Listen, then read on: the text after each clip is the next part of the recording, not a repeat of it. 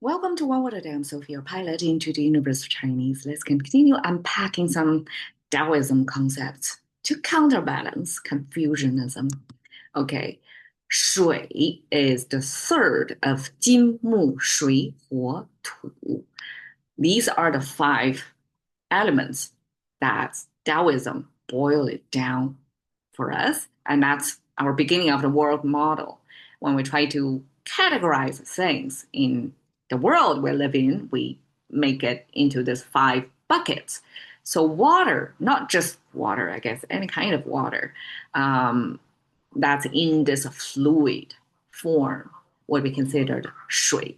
Because how we depict 水 is this water flowing through the river.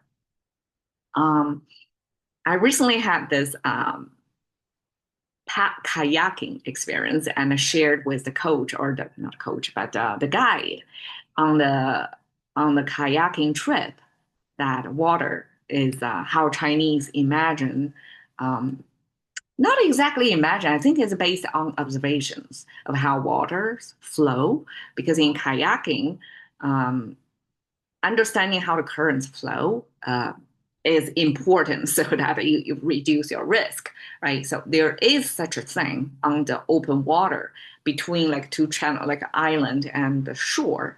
In between, you will notice the water speed, flowing speed, is slower on the side versus the middle is like if you want to go against the current, it's almost like impossible. So you want to go to a slower moving direction. And it turned out like my understanding got expanded as well. I thought the water moves slowly on the side near the bank, near the border of the water, is because there are blockage, like trees or rocks on the side. Versus in the middle, it's like a fast speed flowing water, already removed anything that's in this pathway. But the kayak guide gave me more understanding of on the side of the currents, there is undercurrent. I think they call it eddy or something. So it's like a loop. It's not just one directional flow. It's at the bottom, it flows at the other direction as well. That's why the water body on the top versus bottom flowing in different directions create this friction within the water body. So in the middle is like in one direction, but on the side is like a two directional flowing, and that slows down the water speed on the side. That's how we can kayak bike back um, upstream against the current because it's a slower moving on the side. So that's my new supplement understanding of why Chinese depict water in this way. So it's the middle is the mainstream, and that goes fast without any stoppage. But on the side, you can see two sides broken. This is a Chinese abstraction of how water flows in nature. And when we talk about water, and we translate it as water, even in today's language using, when we think about water, it's often a glass of water, tap water. It's water that already after industrialization in the easy convenience of urban life that you already packaged water in a certain way. Now, water put in a container, glass or tube, pipe, is water kind of controlled, managed by a whole civil engineering thing versus water in nature. Water run wild, water that can flash flood you, water that can be both a blessing and a curse. Depends on when and what's the volume, right? What's the context. So water in nature, the wild water was, pre-industrialization age water, and that's what Chinese depict there.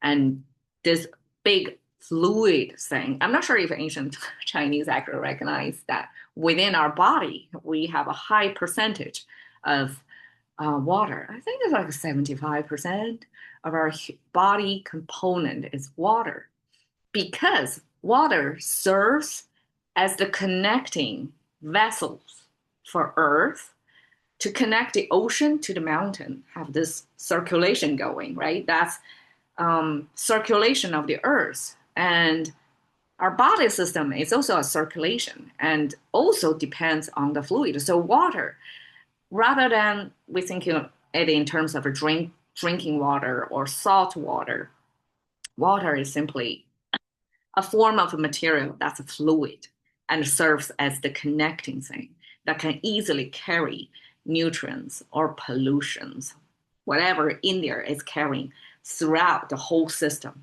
because it's fast fluid. It can travel easily from A to B and circulating because it has a character to transform itself, evaporate or freeze, right? Transform itself. So it can be easily adapt to the environment and to serve as basically to make the life move, flowing in nature or on ourselves. So that's my current understanding of what water is. And we have three expressions today: 潜水, 流水, 洋水. I intentionally look for the same pattern to have water at a last character here to form a certain rhyme almost. But water can also put it in the front as well. Um, because it's such a basic element in our lives. So multitudes of scenarios, as you can see, scuba diving, cash flow, amniotic fluid, very diverse meanings. And English have to create a very diverse English word to name each thing. But the Chinese, we share this common element that's fluid, that's the connecting thing.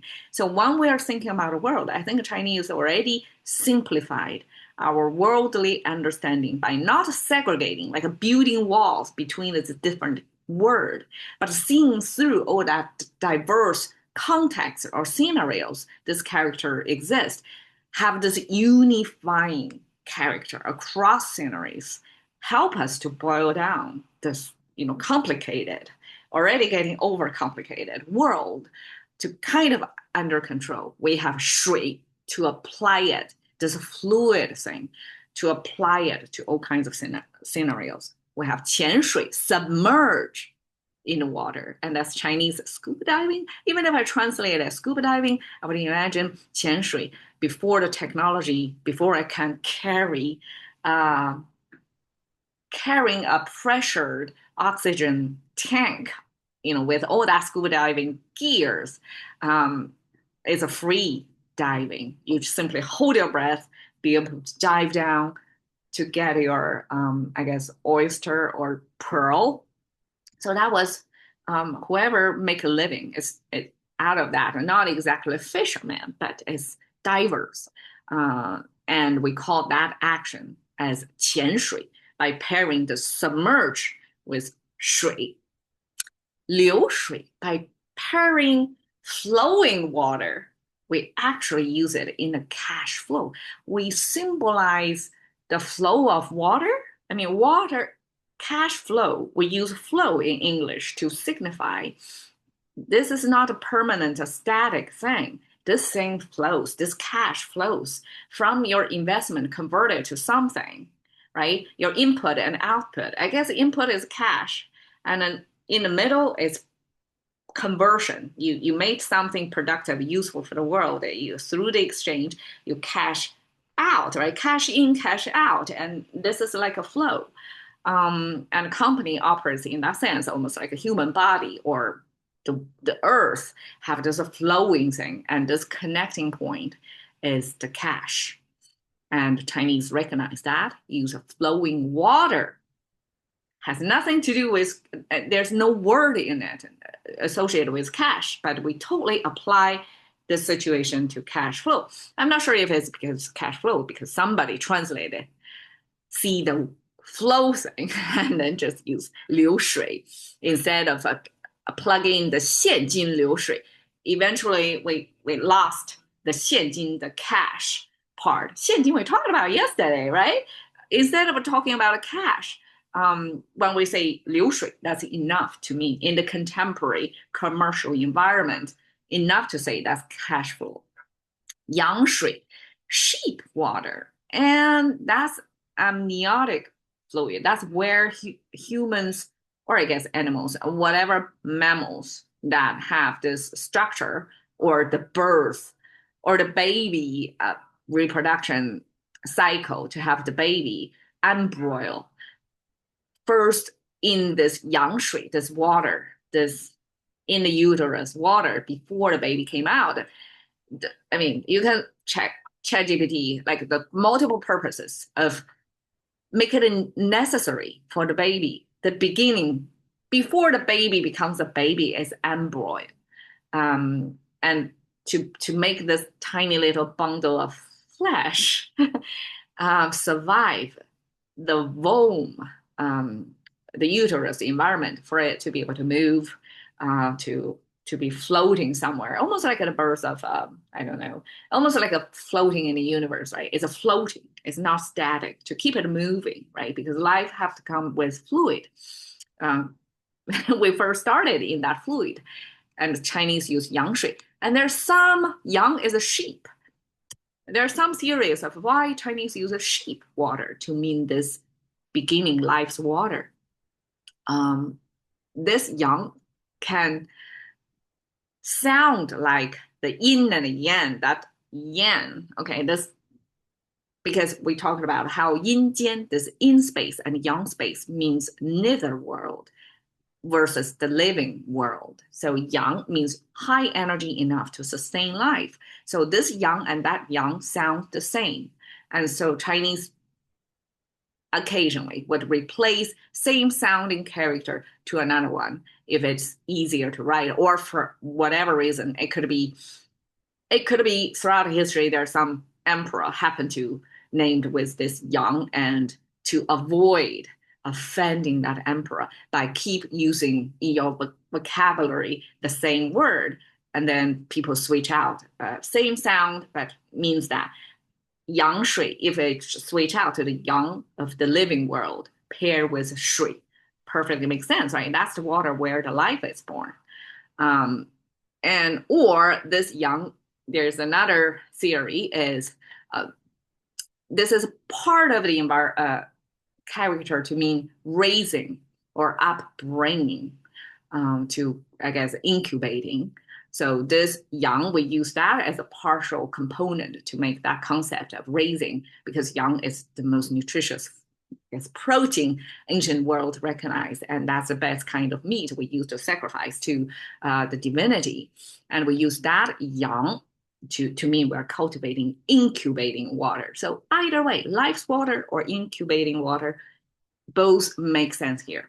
That's how Chinese use it. We eventually end up on this sheep water. That actually means this beginner's water. And here intentionally to pick a tap water, because that's what water looks to us, the modern world. But we know it came from this nature's water. And this is the connecting force for everything in the world to flow. It's carried by water. Thank you for your time. See you another day.